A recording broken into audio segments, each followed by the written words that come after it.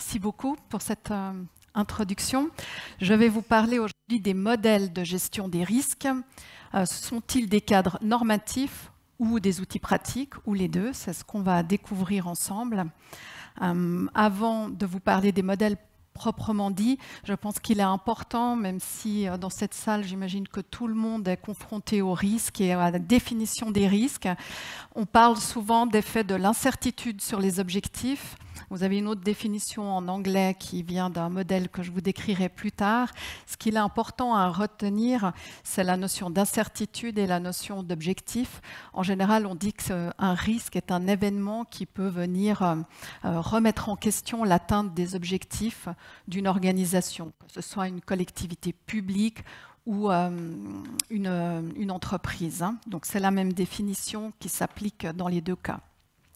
La notion de risque, elle est importante parce que dans l'imaginaire collectif, elle est associée à la notion de danger.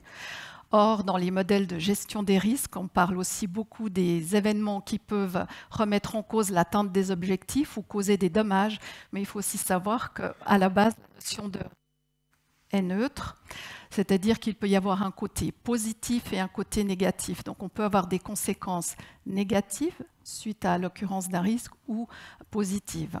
Donc je le mentionne ici, mais c'est clair qu'en général, on se focalise plutôt dans les stratégies qu'on met en place pour gérer des risques, pour prévenir les conséquences négatives. Alors, la gestion des risques, elle est indissociable d'une conception d'anticipation et de maîtrise du futur. Quand on met en place des modèles de gestion des risques, on a cette vision, c'est-à-dire qu'en se préparant, en identifiant les risques, en anticipant ce qu'on va faire, on essaye de réduire soit la survenance de cet événement qui pourrait remettre en cause l'atteinte de notre objectif, soit les conséquences, soit les deux à la fois. C'est possible aussi.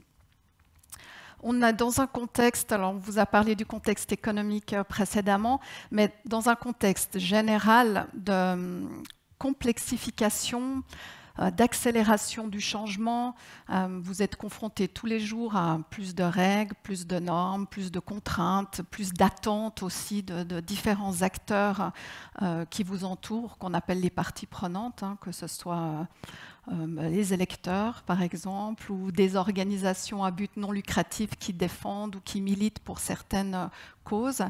Le monde du travail, évidemment, est assez tendu. Les talents s'échangent dans certains domaines à des prix assez élevés, dans des domaines de spécialisation, et l'environnement est en constante mutation. Ça, je pense qu'on est tous d'accord sur ce plan-là. La technologie aussi accélère le rythme du changement. C'est indissociable de la gestion des risques. J'en parle pas aujourd'hui parce qu'on est limité dans le temps.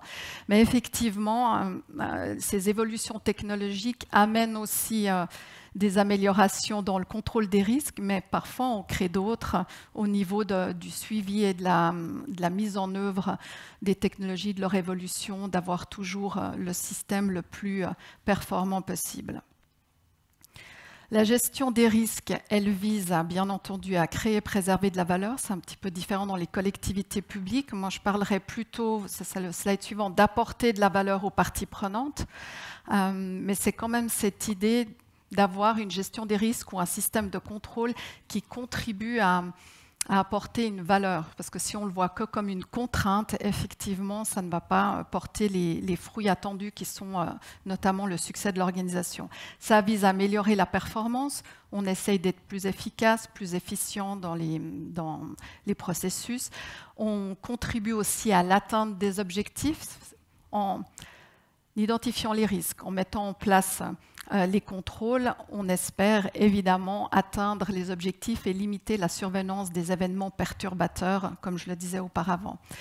On voit aussi certains liens entre l'innovation, l'encouragement à l'innovation et un bon système de gestion des risques. Si on se pose les bonnes questions au moment de l'identification et de l'évaluation des risques, on va pouvoir imaginer peut-être d'autres façons d'y répondre, d'autres façons anticipatives ou des créations d'autres types de services ou de prestations ou d'activités. On parle beaucoup d'innovation sociale, ça concerne en particulier les collectivités publiques. Et c'est une réflexion qui est liée aussi à certains risques et à certaines évolutions qu'on voit dans le contexte social. On espère améliorer l'utilisation des ressources. Ça, c'est aussi valable, bien entendu, pour les collectivités publiques. Donc, être au plus proche de la gestion du risque, avoir un équilibre entre le coût des contrôles ou des mesures qu'on va mettre en place et puis les bénéfices attendus. Et un des grands avantages, c'est de créer aussi un langage commun autour de ces risques entre les différents managers ou responsables de services, élus, conseillers, le maire, les adjoints et toute l'administration d'une collectivité publique.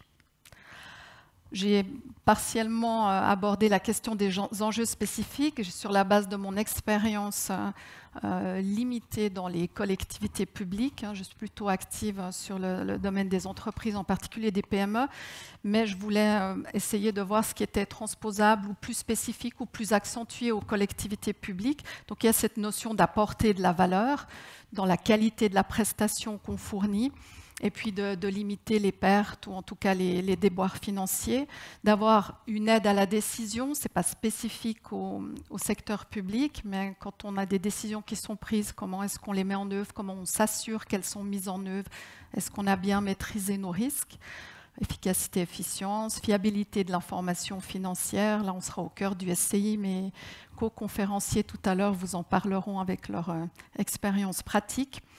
Respect des lois et des réglementations, protection des parties prenantes, ça c'est quand même spécifique aux collectivités publiques.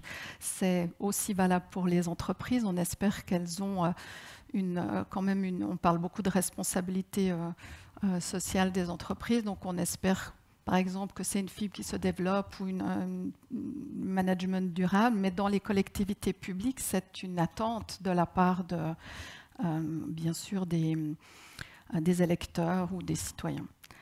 Accountability et responsabilité, je les ai mis ensemble. Dans les collectivités publiques, il y a des niveaux différents de responsabilité. Dans les risques, on a l'habitude de donner la responsabilité de la gestion des risques à certaines personnes. Et puis, la responsabilité ensuite du contrôle, s'assurer de la maîtrise de ces risques à d'autres personnes. Dans le secteur public, les responsabilités sont souvent moins clairement définies que dans le secteur privé, ce qui rend cette délégation et le fonctionnement de ces différents niveaux plus diffus. Donc, quand on veut trouver qui est responsable d'un risque, de la mise en œuvre de ces mesures pour le gérer, de son contrôle, de son suivi, c'est plus difficile.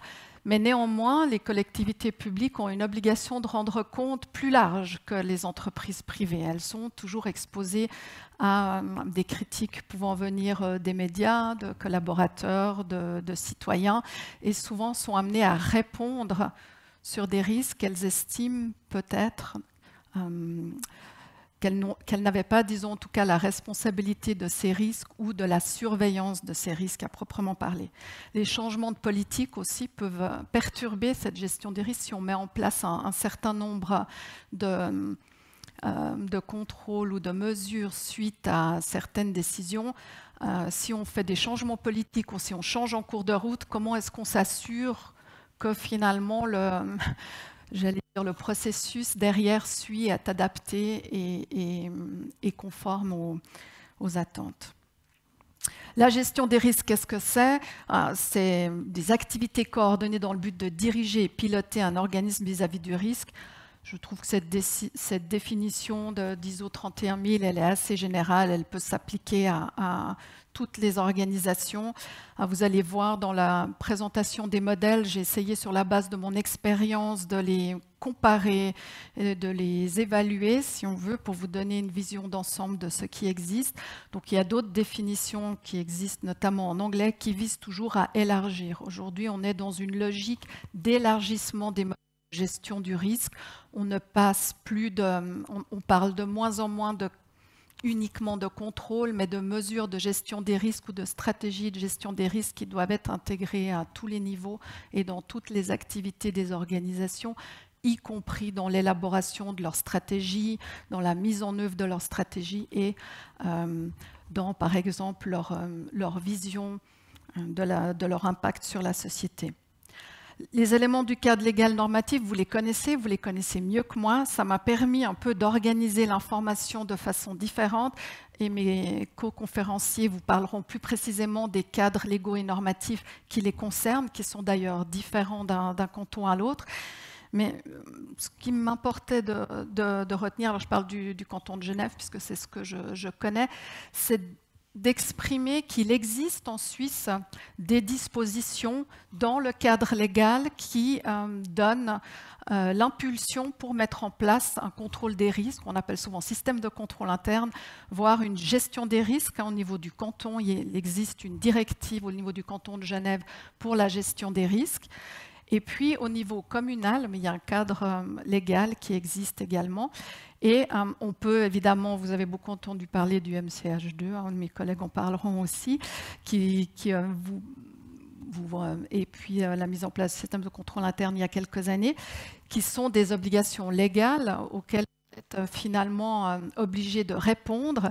Vous pouvez aller plus loin. Dans certaines communes ou collectivités publiques, on a des éléments de gestion de risque dans les règlements, où on peut avoir une procédure ou disons une directive ou une politique interne qui est mise en place. Sur la base de mon expérience, je voulais vous présenter les modèles de gestion des risques. Donc on sort un peu du contrôle interne tel que vous pouvez le connaître. J'ai voulu ici mettre l'approche empirique et puis vous dire, voilà, évaluer. Je crois qu'il y a un petit problème. Comment est-ce qu'on peut évaluer un modèle de gestion des risques? J'ai choisi deux axes, sa complexité de mise en œuvre, parce que je pense que c'est un élément qui vous concerne tous. Qu'est-ce qu'on peut faire? Comment on peut le faire de la façon la plus pragmatique et efficace et qui réponde le mieux aux exigences?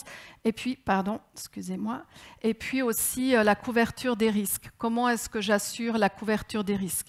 Alors, c'est sur la base de mon expérience, on peut discuter d'où les modèles sont placés. Je voulais quand même expliquer qu'à part les modèles, vous faites tous de la gestion des risques sur la base d'une approche empirique ou alors peut-être que vous parlerez d'approche informelle. C'est-à-dire que forcément, vous l'appelez peut-être autrement, mais vous allez réfléchir à ces éléments ou ces événements qui peuvent venir perturber le cours de vos actions, votre plan d'action ou ce que vous avez prévu de mettre en œuvre pour une commune sur une législature, par exemple. Donc, vous allez peut-être, indécidément, vous allez peut-être rester sur des éléments très simples d'identification des risques par discussion, d'avoir une liste de risques, d'essayer de déterminer quelles actions sont possibles, les mettre en œuvre et ensuite suivre le résultat de vos actions. Maintenant, vous êtes aussi confrontés, la plupart d'entre vous, au modèle de contrôle interne du COSO. Alors, on m'a fait la guerre aux acronymes hier. Donc, le COSO, c'est le Committee of Sponsoring Organizations of the Tradeway Commission. C'est un groupement qui a été créé dans les années 80-90 aux États-Unis pour mettre sur pied un système de contrôle interne, un référentiel de système de contrôle interne qui est à ce jour mis à jour régulièrement. Donc là, il a été mis à jour en 2013, sauf erreur de ma part, et qui sert en général souvent de base aux collectivités publiques. Alors peut-être que vous le savez, peut-être que vous ne vous en rendez pas compte par rapport aux informations qu'on vous donne, mais c'est actuellement le référentiel le plus utilisé. Il y a des référentiels nationaux, vous ne voulez pas non plus surcharger la discussion. Donc là, on est vraiment dans du contrôle interne. Alors la différence, vous allez me dire, c'est quoi la différence entre SCI et les modèles de gestion des risques? La SCI répond à une question. L'organisation est-elle sous contrôle? Oui ou non, partiellement, etc. Les autres modèles de gestion des risques qui sont ici se veulent plus larges, c'est-à-dire ils veulent intégrer la gestion des risques dans leurs activités, dans leur vision, dans l'élaboration de leur stratégie, dans, je sais pas, peut-être l'éthique ou la gouvernance qu'ils veulent mettre en œuvre. Et donc, ils sont plus larges, ils répondent à plus de questions. Comment est-ce que la gestion des risques, elle fait partie de la gouvernance. Comment est-ce qu'on relie ces éléments-là? Comment on en tient compte lors de l'établissement de la stratégie? Ici, on en a trois différents. Donc, ISO, vous connaissez tous parce que vous avez certainement confronté à des certifications. C'est International Organization for Standardization. Mais l'ISO 31000 n'est pas une norme certifiante. Donc c'est une norme qui vous donne des principes sur comment faire une gestion des risques. Donc elle reste à l'état de principe, elle vous donne des bases ou des indications si vous souhaitez mettre en place une gestion des risques. Vous avez on va dire le frère, le grand frère peut-être, du COSO SCI, qui est le COSO ERM. Alors ça, c'est pour Enterprise Risk Management, donc gestion des risques au niveau de l'entreprise. On élargit, on part du système de contrôle interne, ensuite on est au niveau global de l'entreprise, et puis ces 3 modèles ici ont cette ambition. Elle est plus marquée, on va dire, actuellement dans le COSO RM, puisqu'il prend en compte plus l'environnement externe, l'élaboration de la stratégie, sa mise en œuvre. Dans ISO, on reste dans l'intégration, mais un peu plus au niveau interne. Alors, ceux-là, j'imagine que vous les avez déjà rencontrés, que vous les connaissez, peut-être que les 2 autres moins. Donc la RGC, c'est l'International Risk Governance Council, qui a édité son propre framework. C'est un groupe de travail initié au départ par la Suisse et la Chine, qui est rattaché maintenant à l'EPFL et qui a voulu créer un modèle très compréhensif, très général, applicable à tous les types d'organisations, mais très orienté sur la société, donc sur les collectivités publiques également à grande échelle. C'est-à-dire qu'est-ce qu'on fait avec ces grands risques, les nanotechnologies, les OGM, le réchauffement climatique. Donc d'avoir une réflexion très globale sur comment est-ce qu'on peut agir, alors plus seulement au niveau de la collectivité publique, au niveau international, comment est-ce qu'on peut articuler ces éléments-là. Très complet, mais très complexe à mettre en œuvre. Et puis GRC, Governance, Risk and Compliance, gouvernance, gestion des risques et conformité, développé par l'OSEG, qui est le Open Compliance and Ethics Group. Aussi, ça vient aussi des États-Unis, je suis désolée, ce n'est pas volontaire de ma part, mais tous ces développements de modèles dans les années 80 et 90 sont partis au sens large du monde anglo-saxon, comme on le dit souvent, en particulier les États-Unis, mais les Australiens, les Canadiens, les Néo-Zélandais sont aussi assez actifs dans ces domaines-là. Donc l'idée ici, c'est d'aller encore plus loin et puis d'intégrer la notion d'éthique, de gouvernance, d'avoir un système global, itératif, dans lequel la gestion des risques est inclue. Donc si je résume, on part d'une approche très pragmatique, empirique, limitée aux risques qu'on connaît et qu'on pense être de notre ressort. Ensuite, on évolue vers quelque chose qui est beaucoup plus normé, qui veut couvrir un ensemble d'activités dans une organisation, pour aller vers une gestion des risques de plus en plus intégrée et généralisée à toutes les activités de l'entreprise, pour arriver ici à un modèle qui engloberait tout ou presque. Et évidemment, plus on couvre les risques ou plus on a d'éléments pour les intégrer, plus c'est complexe à mettre en œuvre. Tous ces modèles, on les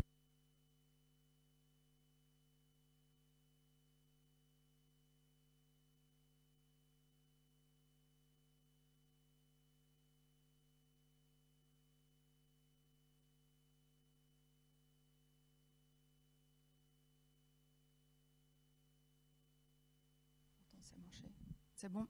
Voilà, je crois que comme ça fonctionne. Excusez-moi, j'ai peut-être fait une mauvaise manipulation.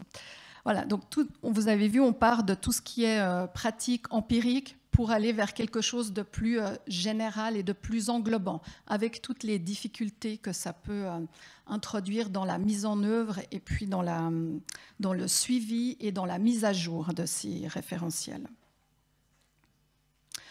Rapidement, parce que sinon vous allez être un peu, comment j'allais dire, submergé de modèles.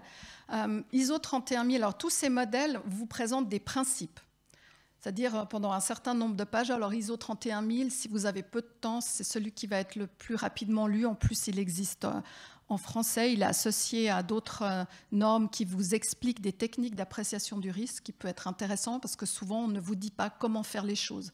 On vous dit, voilà, ce serait bien d'avoir une gestion des risques, elle doit être de telle et telle façon, comprendre telles étapes, un suivi, un monitoring, une surveillance, des indicateurs de performance, mais on vous dit rarement comment le faire quand vous êtes confronté à sa mise en œuvre et à sa réalisation.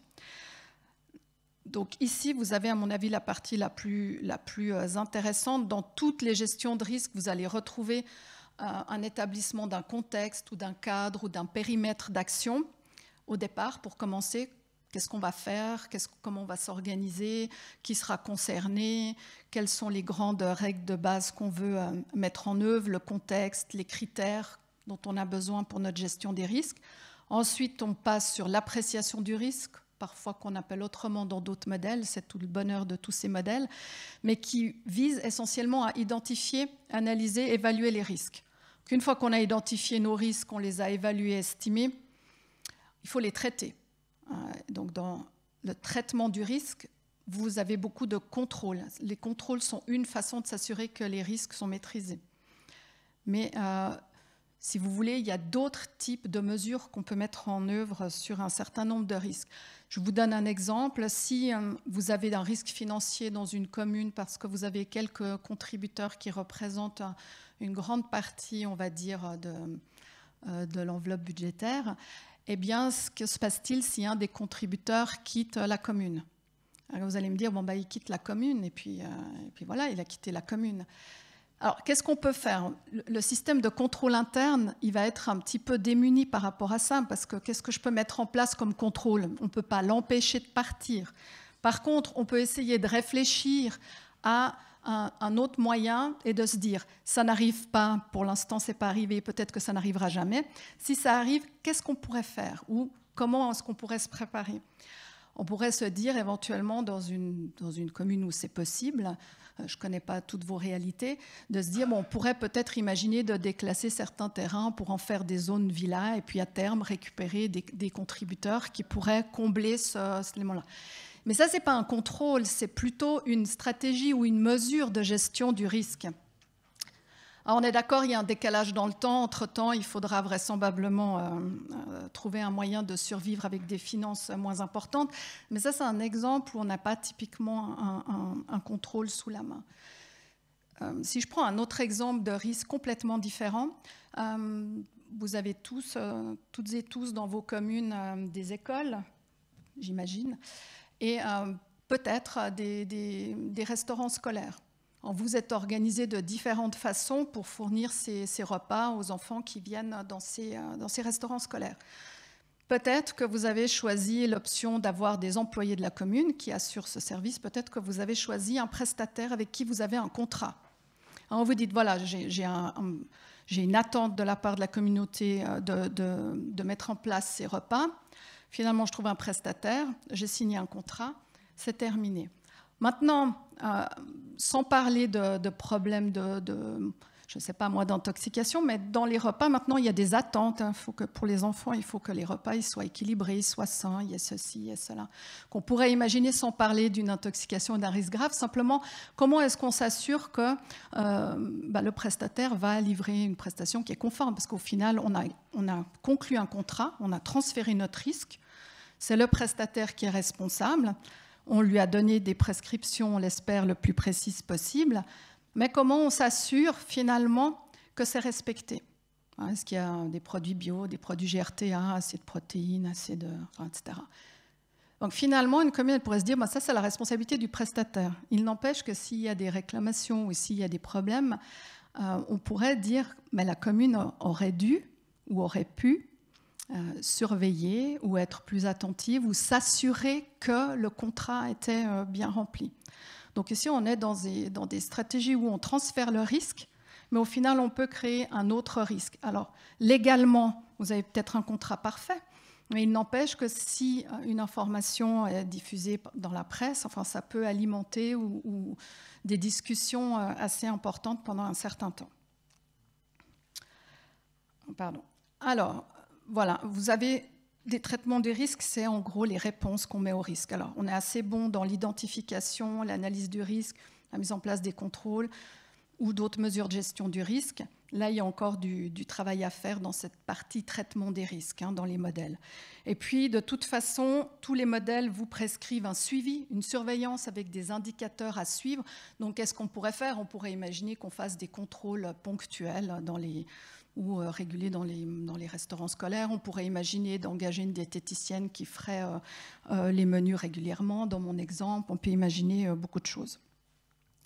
Et toujours, il y a ce suivi, la notion de suivi, et puis la notion de reporting. Si on met en place une gestion des risques, on doit avoir des indicateurs de performance qui nous disent où on en est avec cette gestion des risques, et puis ça doit être suivi, mis à jour régulièrement. Pourquoi je passe plus de temps sur l'ISO que tous les autres? C'est parce que c'est le seul qui présente visuellement, moins bien que dans sa version précédente, une notion un petit peu itérative. C'est-à-dire on ne met pas en place une gestion des risques une fois pour toutes et on s'arrête. Ça doit être renouvelé, itératif, alors toutes les années, tous les 2 ans, tous les 3 ans, ça dépend des organisations. Rapidement, parce que le temps avance, alors le Enterprise Risk Management Framework, vous le voyez déjà, je vois déjà dans vos visages ce qu'on voit quand on présente ce modèle, c'est qu'il n'est pas simple déjà à comprendre.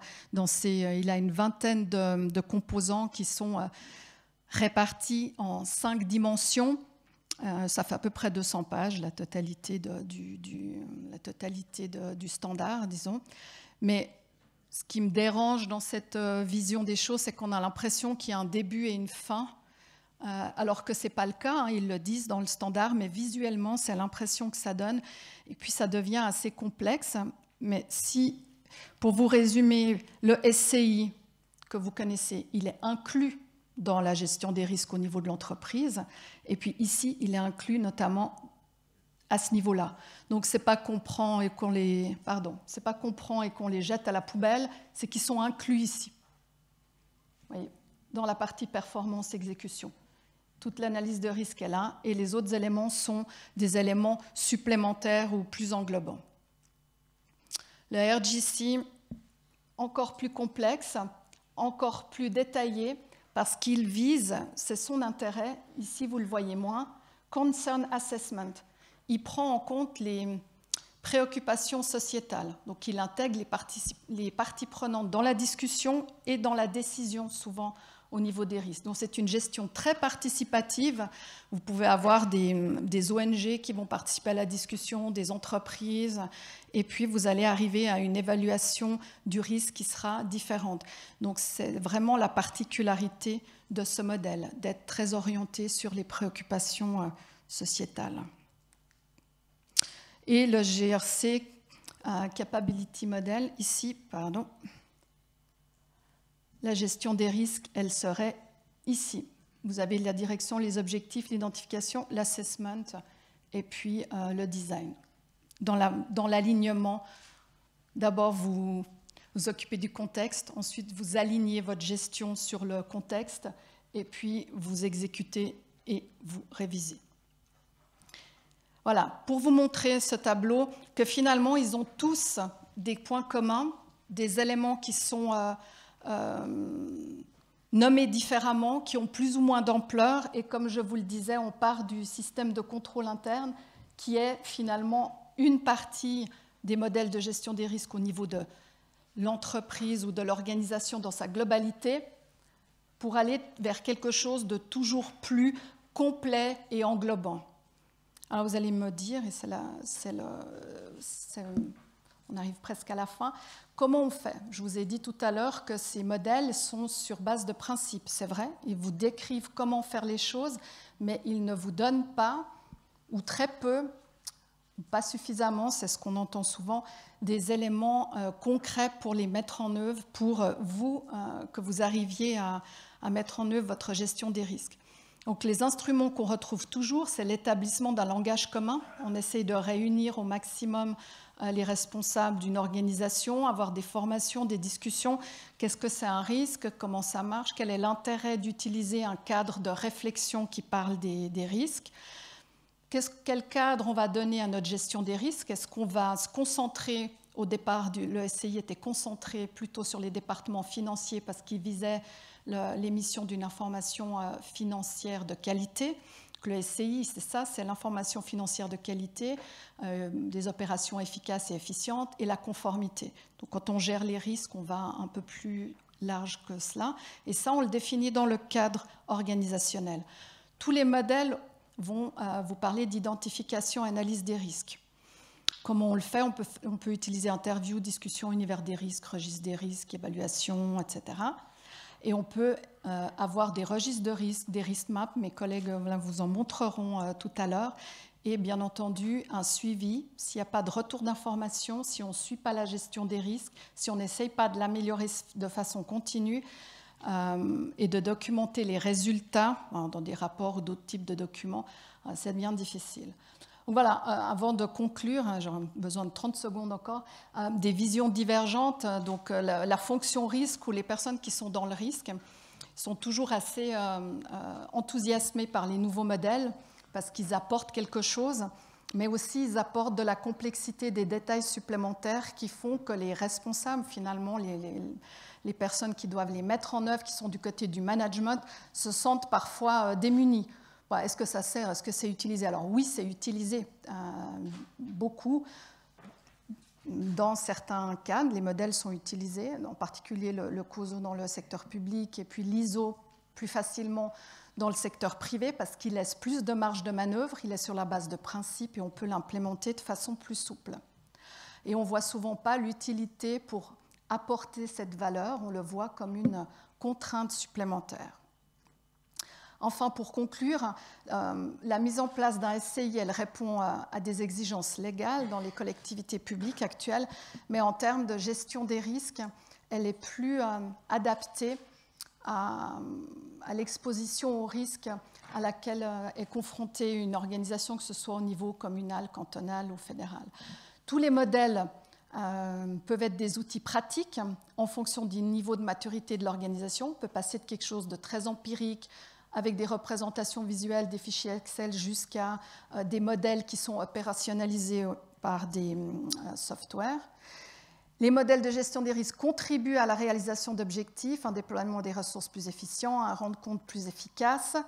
Dans une certaine mesure, on n'a pas une assurance 100% ou une assurance tout risque 100%, ni avec un SCI, ni avec un modèle ERM.